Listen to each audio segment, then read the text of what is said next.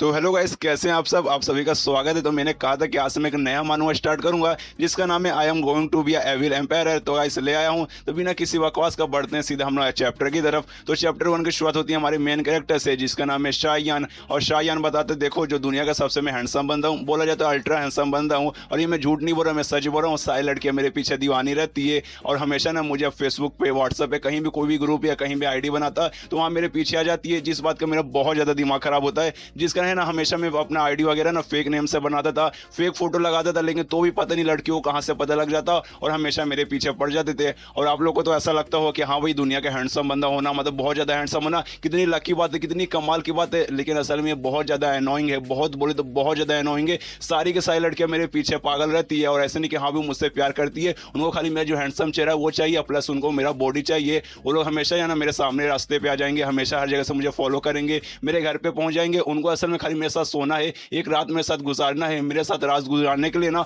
वो लोग कुछ भी कर सकते हैं यार। कभी कभी तो मेरा दिमाग इतना खराब हो जाता है कि मन करता है हाँ भाई खुद की जान ले लूं और किसी दूसरी दुनिया में पैदा हो जाऊं जहां पे ये सारी कोई सा भी तकलीफ नहीं रहेगा, जहां आराम से जिंदगी जीऊं। अब गैस आप ही बताइए, एमसी ने ये बोल दे कि हाँ भाई ये दुनिया में मेरा मन ही नहीं लगता, मन करे कि किसी और दुनिया में चल जाऊं, तब भाई आगे क्या हो सकता है। ऑफकोर्स भाई सेम चीज होगा जो कि हमेशा हर एनीमे में होता है। सामने से एक ट्रक आता है, सीधे एमसी को उड़ा देता है और उड़ाने के बाद एमसी मरता नहीं है बल्कि एक दूसरी दुनिया में पहुंच जाता है। लेकिन दूसरी दुनिया में इसका बॉडी नहीं पहुंचता, खाली इसका आत्मा पहुंचता है। जहां जाने ये भी सोचता है भाई ऐसा कैसे, भाई ये क्या हो गया अचानक से। भाई मुझे याद है आखिरी बार है ना किसी ट्रक ने मुझे उड़ाया था और ट्रक उड़ाने के बाद ऑफकोर्स मेरी मौत हो जाएगी, लेकिन ऐसा नहीं लगता कि भाई मेरी मौत हो चुकी है। ऐसा लगता है मैं किसी दूसरे दुनिया में आ चुका हूँ। हाँ भाई इसमें बहुत सारे मांगा वगैरह पढ़े, मांगा में ऐसा ऐसा होता है, तो शायद भाई सच में मेरे साथ ऐसा हुआ है। लेकिन भाई मेरा पूरा बॉडी नहीं आया है, खाली ऐसा लग रहा है मेरी आत्मा यहाँ पर आया है। तभी देखते हैं कि हाँ भाई खुद को एक घर के अंदर पाता है और घर के सामने ना एक बेड है, बेड पे एक बंदा लेटा हुआ। तब उसके दिमाग में शायद ये बंदा है ना, इसी बंदे के बॉडी के अंदर में जाने वाला हूँ। तभी उसके पास जाता है, देखते भाई ऐसा लगता है ये जो बंदा है ना ये काफी लंबे समय से कोमा में पड़ा हुआ है और उसका चेहरा ध्यान से देखता है। तब उसे मालूम चलता है अरे भाई ये जो बंदा है ना सेम है ना मेरे जैसा इसका चेहरा दिखता है। तो उसके दिमाग में कहीं भाई मल्टीवर्स टू ट्रैवल नहीं कर रहा, शायद ये मैं ही रहूंगा किसी दूसरी दुनिया में है, मतलब ये मेरे ही रूप है लेकिन किसी और दुनिया में। और तभी अचानक से ना इसको उस बंदे का ना मेमोरी वगैरह दिखने लगता है, तो ये भी उसके मेमोरी में देखने लगता है। तभी इसको मालूम चलता है खाली इस बंदे का चेहरा मेरे से मैच नहीं खाता, बल्कि इसका जो नाम है ना वो भी सेम है, मतलब जो मेरा नाम है ना शायान, सेम इसका नाम भी शायान है। और मेमोरी में आगे देखने लगता है, तभी से मालूम चलता है कि हाँ भाई एक ऐसा लड़का ना एक छोटे से गाँव में पैदा हुआ था, एक छोटा सा आदमी मत का ये बेटा है, मतलब ज्यादा अमीर नहीं है और प्लस जो से गाँव में रहता है वो गाँव भी छोटा है। और एक दिन अचानक से ना इसी सफर पे गया था, वहाँ इसको एक बहुत सुंदर लड़की दिखाई दी जो कि सच में बहुत ज्यादा सुंदर थी और उसके प्यार में पड़ गया। दोनों एक दूसरे से प्यार करने लगे और अपने प्यार के खातिर है ना ये अपना गांव वगैरह सब कुछ छोड़ के ना उस लड़की के साथ उसके जगह पे चल आया है। और उसके बाद है ना उस लड़की का एक ग्रुप था और उस ग्रुप में वो ज्वाइन भी कर लिया और उस ग्रुप का नाम है मोकिन और उस लड़की का नाम है शावचिन। दोनों साथ में आके रहने लगे और हर रात को लोग संभोग करते हैं। संभोग में ढेर सारा पोजीशन इन्होंने ट्राई मारा, जैसे काउगर स्टाइल, डॉगी स्टाइल, इसके अलावा ना मेंढक स्टाइल, बिल्ली स्टाइल, कुत्ता स्टाइल, हर स्टाइल इन्होंने मारा। और उसके बाद से ये ना धीरे धीरे धीरे जैसे उन्होंने सेक्सुअल एक्टिविटी रोज करते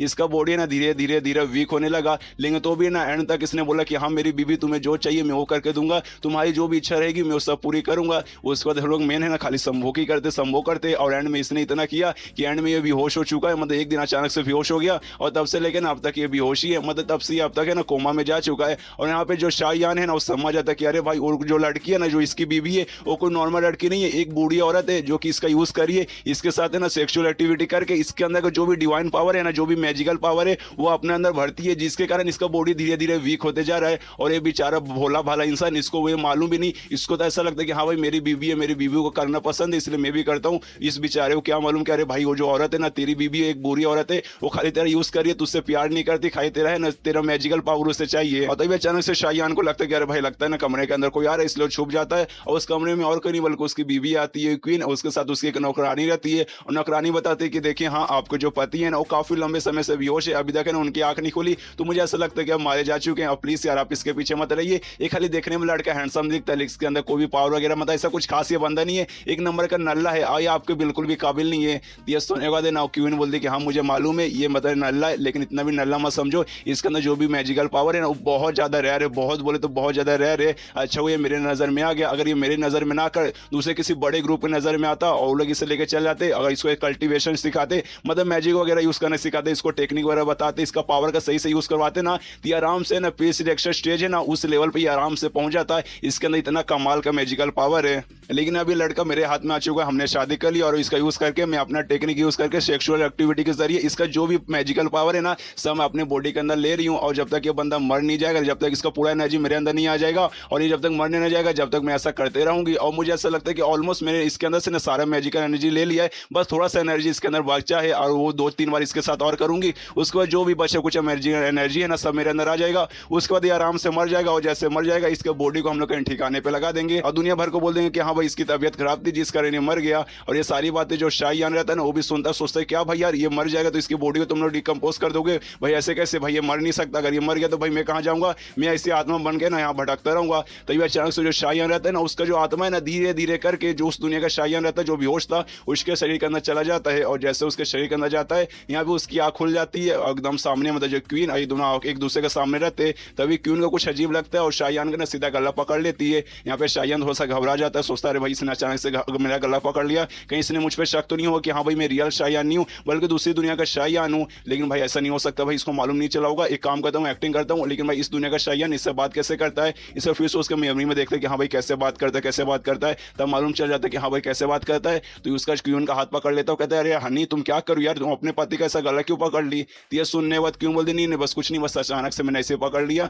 और जो हमारी नौकरानी है ना उसने बताया कि यार तुम्हारी तबीयत खराब थी इसलिए मैं तुम्हें देखने आ गई, लेकिन अब देखने से तुम्हें ऐसा लग रहा है कि हाँ तुम ठीक हो, अगर ऐसी बात है ठीक है मैं वापस जा रही हूँ, जो हमारे ग्रुप का लीडर है ना वो मुझे बुला रहे इसलिए मैं अभी के लिए जा रही हूँ, मैं फिर से तुमसे मिलने आऊंगी। और बहुत सेक्सी तरीके से बोलते कि हाँ आऊंगी और शाम को आऊंगा और शाम को हम लोग फिर मजे करेंगे। यहाँ पे शाहयान का भी मन डोल जाता है, कहते कि हाँ जल्दी आना मुझे भी करना है। इसके बाद जो क्वीन है अपनी नौकरानी के साथ बाहर जाती है, तभी उसकी जो नौकरानी है वो कहती है कि अरे यार उसके आने से पहले ना हम लोग जो भी बातें करे थे कहीं उसने सुन तो नहीं लिया। ये सुने तो क्वीन बोलती कि नहीं यार उसको मेरे पे बहुत ज्यादा भरोसा, अगर उसने हमारी बात सुनी रहती तो उसके बारे में जरूर कुछ बोलता है, लेकिन जिस हिसाब से वो बातें करे ना मैं गारंटी के साथ बोल रही हूँ कि उसने हमारी बात नहीं सुनी है, और मुझे ऐसा लगा था कि हाँ भाई अब वो मर ही जाएगा लेकिन वो जिंदा है, इसका मतलब उसके अंदर अभी भी थोड़ा सा मैजिकल एनर्जी बाकी है। कोई बात नहीं 2-3 बार है ना उसके साथ में और करूंगी ना, उसके बाद जो भी बची कुछ एनर्जी है ना सब मुझे मिल जाएगी और उसका तो आराम से मर जाएगा, उसका टेंशन लेने की तुम्हें अब कोई भी जरूरत नहीं है। और यहाँ पे जो शाहयान रहता है ना वो खुश होता है, सोचता है कि हाँ भाई